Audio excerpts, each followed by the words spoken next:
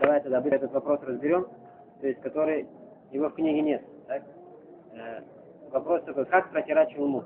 То есть является ли узаконенным в челме также протирать сначала спереди назад, а потом сзади наперед? Так или нет?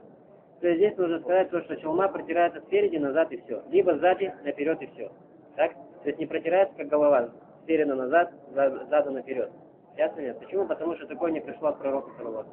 Не пришло от пророка саллаллаху, чтобы он обтирал челму спереди назад, сзади наперед. То есть сказано просто обтер челму и все.